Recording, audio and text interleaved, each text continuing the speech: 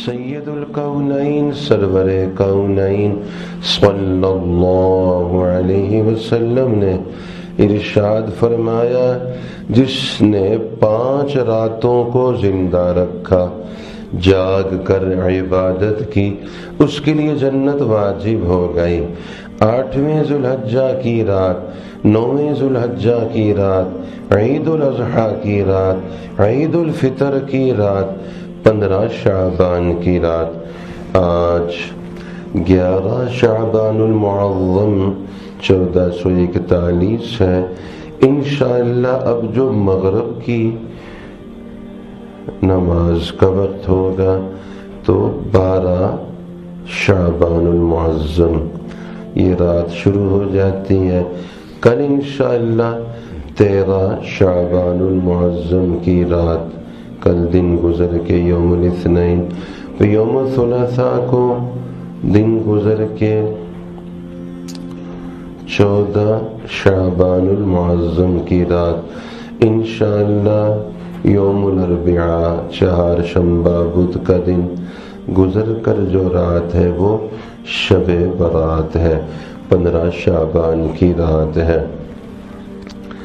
ان راتوں میں عبادت کرنا، رمضان شریف کی آخری 10 راتوں میں، دونوں عیدوں کی راتوں میں، ذوالحجہ کی پہلی 10 راتوں میں، شعبان کی 15ویں رات میں شب بیداری کرنا، جاگ کر عبادت کرنا، پھر ان راتوں میں نوافل پڑھنا، سفر پہ جاتے وقت بھی گھر میں نفل پڑھ کے جانا، سفر سے واپس آ کر بھی 2 رکعت ادا کرنا، عید کی رات، عید الفطر، عید الاضحیٰ کی رات میں بھی نوافل پڑھنا، 15 شعبان کی رات کو بھی نوافل کا ادا کرنا، رمضان شریف کے آخری 10 میں، ذوالحجہ کے پہلے 10 میں شب بیداری کرنا، نوافل پڑھنا۔ میرے محبوب صلی اللہ علیہ وسلم نے شب برات میں زیادہ سے زیادہ عبادات فرمائیں، دعائیں فرمائیں، اور قبرستان بھی تشریف لے گئے، اور ایمان والے مرد عورتوں کے لیے دعا بھی فرمائی ہے۔ چنانچہ ہر بندے بندی کو اختیار ہے اس رات میں جتنی نماز پڑھے، نوافل پڑھے، کوئی اور عبادت کرے، درود پاک پڑھے، کلمہ طیبہ پڑھے، استغفار کرے، ویسے دعا مانگتا رہے، صلاۃ و تسبیح پڑھے، البتہ کوئی ایسا کام نہ کرے جو شریعت میں منع ہے۔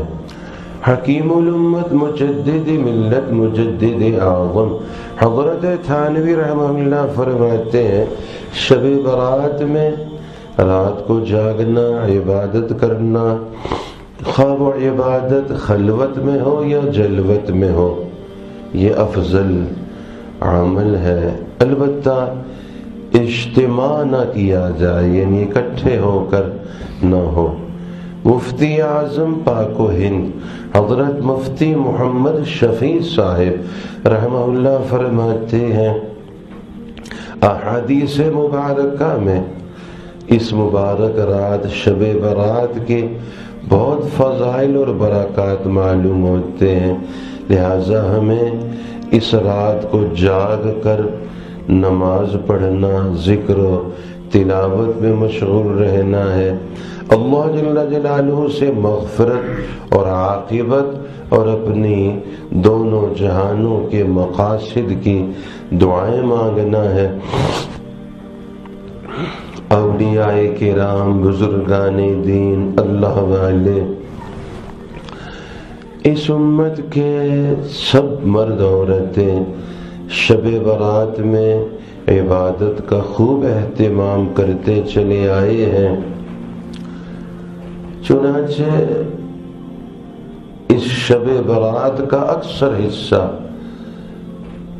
قرآن پاک کی تلاوت میں ہونا چاہیے، اور اگر ہم تقسیم کر لیں تو کچھ حصہ تلاوت قرآن پاک، کچھ حصہ احادیث مبارکہ کے پڑھنے یا سننے میں مشغول رہنا، تسبیح کرنا، ذکر کرنا، اپنے نبی علیہ الصلوۃ والسلام پہ درود پاک پڑھنا ہے۔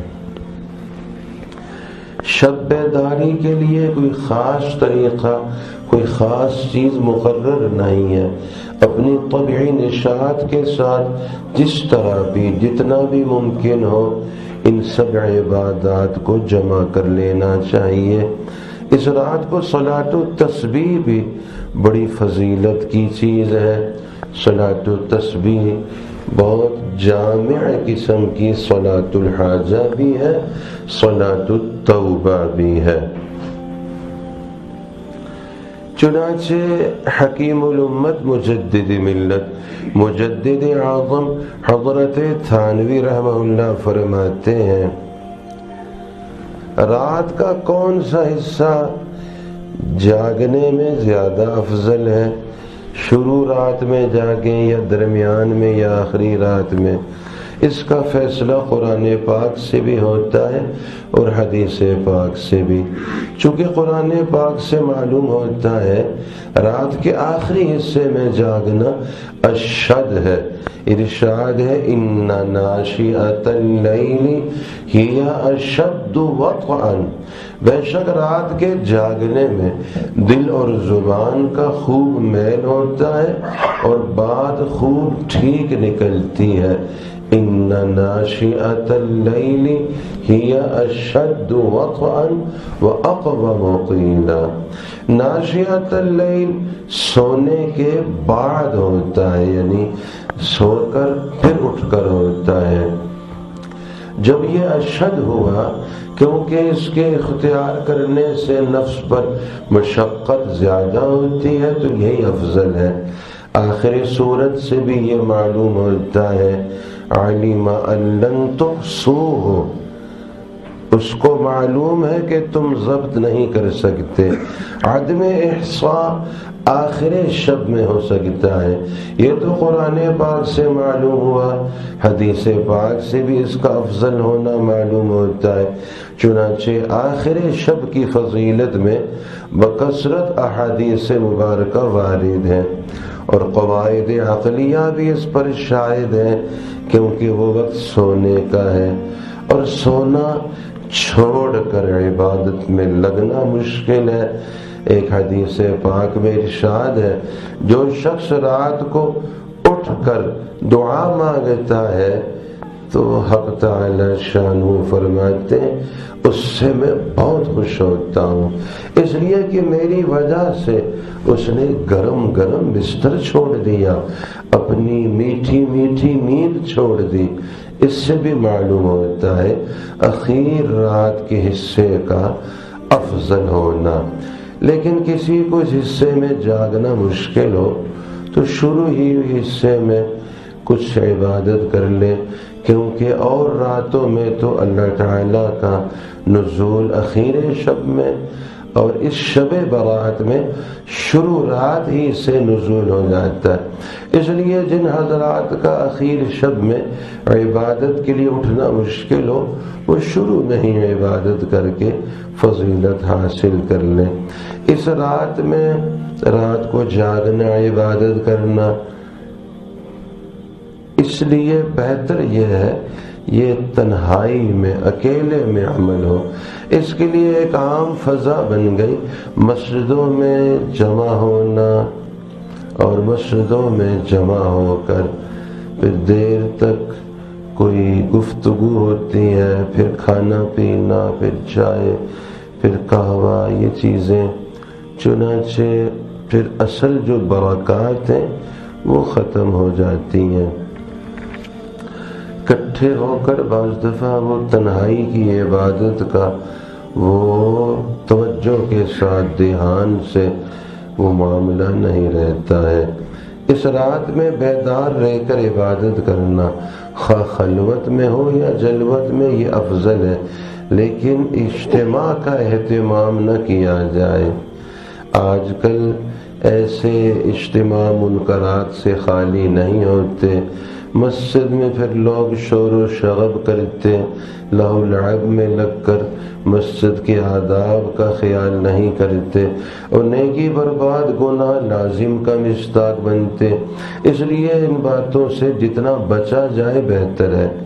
انتہائی افسوس کی بات ہے کہ اچھے خاصے سمجھدار لوگ بھی عوامی رو میں بہہ کر ان راتوں میں کچھ بدعات میں بھی مبتلا ہو گئے۔ فَإِلَى اللَّهِ الْمُشْتَكَى۔ چنانچہ حضرت امیر حسن علامہ شجری رحمہ اللہ فرماتے ہیں، حضرت خواجہ نظام الدین اولیاء رحمہ اللہ کی خدمت میں حاضری ہوئی۔ شب برات میں قیام اور عبادات کا تذکرہ چلا تو حضرت نے ارشاد فرمایا کہ اگر اپنے گھر میں صرف ایک سپارہ پڑھیں یہ اس کے لیے بہتر ہے کہ مجمع عام میں رہ کر پورا قرآن پاک مکمل پڑھیں۔ شب برات میں آپ علیہ السلام قبرستان بھی تشریف لے گئے، مردوں کے لیے دعا بھی مغفرت فرمائی ہے۔ اس لیے اس رات قبرستان جانا اور مردوں کے لیے دعائے بخشش کرنا بھی چاہیے۔ قبرستان جانے کے جو افضل دن ہیں وہ 4 ہیں: پیر کا دن، جمعرات کا دن، جمعہ کا دن، ہفتہ کا دن۔ اس لیے متبرک راتوں میں بھی جو افضل ہیں جن میں قبرستان جانا چاہیے ان میں بالخصوص شب برات ہے۔ 15ویں شب شعبان کی مردوں کے لیے قبرستان جا کر دعا و استغفار کرنا چاہیے۔ لیکن یہاں یہ بات ذہن میں رہے، آپ صلی اللہ علیہ وسلم اکیلے بقیع شریف تشریف لے گئے تھے، اس لیے ہمیں اکیلے جانا چاہیے، جتھے اور جماعتیں اور گروہ بنا کر نہیں جانا چاہیے۔ اور شریعت مطہرہ کے مطابق سورہ فاتحہ شریف اور کچھ تلاوت کر کے ایصال ثواب پڑھ کر واپس آ جانا چاہیے۔ اور صرف مرد حضرات جائیں، مستورات نہ جائیں۔ عورتوں کا قبرستان جانا جائز نہیں ہے، اور مرد بھی اس رات قبرستان جانے کو فرض اور واجب کی طرح ضروری نہ سمجھیں۔ جائیں، اکیلے جائیں، ضرور جائیں اور ایصال ثواب کر کے واپس آ جائیں۔ 15ویں شعبان کو آپ صلی اللہ علیہ وسلم نے روزہ رکھنے کا حکم فرمایا، لہذا اس دن روزہ بھی رکھنا چاہیے۔ میرے محبوب صلی اللہ علیہ وسلم پہ درود پاک کی بھی کثرت ہونی چاہیے۔ شب برات میں کچھ چیزیں ایسی بھی ہم نے شامل کر دیں جو غلط ہیں، چنانچہ مسلمان اس رات لاکھوں روپے کی آتش بازی کرتے ہیں۔ آگ جلانا، آتش بازی کی رسم، ایک تو یہ بے جا مال کو ضائع کرنا ہے، اسراف ہے۔ شریعت نے اسراف کو ناجائز اور حرام قرار دیا ہے۔ جو لوگ آتش بازی کرتے ہیں وہ اپنا مال بھی ضائع کرتے ہیں اور گناہ بھی سر پہ لیتے ہیں۔ دوسرا، آتش بازی اپنی جان، اپنے بچوں، اپنے پاس پڑوس کے لوگوں کی جان کے لیے بھی خطرے کا باعث بنتی ہے۔ چنانچہ ہر مرتبہ خبریں سامنے آتی ہیں آتش بازی سے جانی مالی نقصان کتنا ہوتا ہے۔ انتہائی افسوس کی بات ہے، اتنی بابرکت اور مقدس رات میں ہم لوگ کس بیکار مشغلے میں اپنی جان و مال کو برباد کرتے ہیں۔ ہم سب کو چاہیے ہم ان بری باتوں سے اپنے آپ کو، بچوں کو، اپنے عزیزوں کو، معاشرے کو بتائیں کہ ان باتوں سے اللہ تعالیٰ اور اللہ کے نبی علیہ السلام سخت ناراض ہوتے ہیں۔ آتش بازی کا مطلب معلوم ہوتا ہے نا، فضا میں جو ایسی ترتیب بناتے ہیں، گولہ باری ہے، جو بھی ہے، یہ سب گناہ کی چیزیں۔ پھر چراغاں ہے، شب برات کے موقع پہ لوگوں نے یہ بھی اصول بنایا کہ مسجدوں اور مکانات پہ بہت زیادہ روشنی کا اہتمام کرتے ہیں، مسجدوں میں برقی لائٹیں لگاتے ہیں، مکانات کی چھتوں پہ موم بتیاں جلاتے ہیں۔ ہمیں سمجھنا چاہیے یہ کافروں کے ساتھ مشابہت اور ہندوؤں کی دیوالی کی نقل ہے جو سخت ناجائز اور حرام ہے۔ اس رسم کی ابتدا برامکا سے ہوئی۔ یہ آتش پرست تھے، آگ کی پوجا کرنے والے تھے۔ چنانچہ حضرت شاہ عبدالحق صاحب محدث دہلوی رحمہ اللہ اس رسم کے بارے میں فرماتے ہیں، ما ثبت بالسنہ، صفحہ نمبر 363 میں فرماتے ہیں، علی ابن ابراہیم رحمہ اللہ فرماتے ہیں، چراغاں کرنا اور روشنی کرنا اس کی ابتدا برامکا سے ہوئی۔ یہ لوگ اصل میں آتش پرست، آگ کی پوجا کرنے والے تھے۔ جب مسلمان ہوئے تو انہوں نے اپنی یہ رسم بھی مسلمانوں میں داخل کر دی۔ ہمیں چاہیے اس فضول اور بیکار رسم سے اپنے آپ کو بچائیں، دوسروں کو بھی بچائیں۔ اور ایک رسم حلوے پکا کے کھانا، اس رسم کو بھی ایسا لازم کر لیا ہے، ہم سمجھتے ہیں اس کے بغیر شب برات ہی نہیں ہوتی۔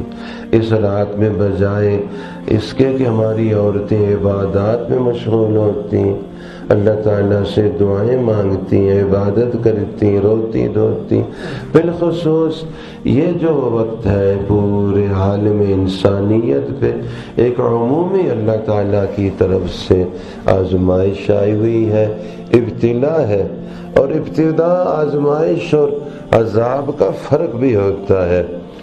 آزمائش ہو تو بندہ اللہ تعالیٰ کے اور قریب ہوتا ہے، عذاب ہو تو اللہ تعالیٰ سے اور دور ہو جاتا، اور غفلت کے کاموں میں لگ جاتا ہے۔ اس وقت تو خوب دعاؤں کی، فکر کی، التجا کی، تضرع اور زاری کی ضرورت ہے، دعاؤں کی ضرورت ہے، بجائے اس کے ہماری عورتیں اس رات حلوے مانڈے کے چکر میں پڑی رہتی ہیں، اچھے اچھے کھانے پکاتی، حلوہ اور پنجیری بناتی ہیں، باقاعدہ طور پہ سجا سجا کے سسرال بھیجتی ہیں، اگر کوئی اس سے منع کرے تو برا سمجھتی ہیں، حالانکہ اس رات میں ایسا کوئی کام بھی شریعت اسلام میں ثابت نہیں ہے۔ ہمارے مرد عورتوں کو چاہیے ان فضولیات و لغویات کو چھوڑ کر اس برکت والی رات میں جو کام کرنے ہیں وہ کرنے کی اللہ تعالیٰ سے توفیق مانگے، حق تعالی شانہ سے خوب خوب عافیت مانگنا ہے، رحمت مانگنا ہے، برکت مانگنا ہے۔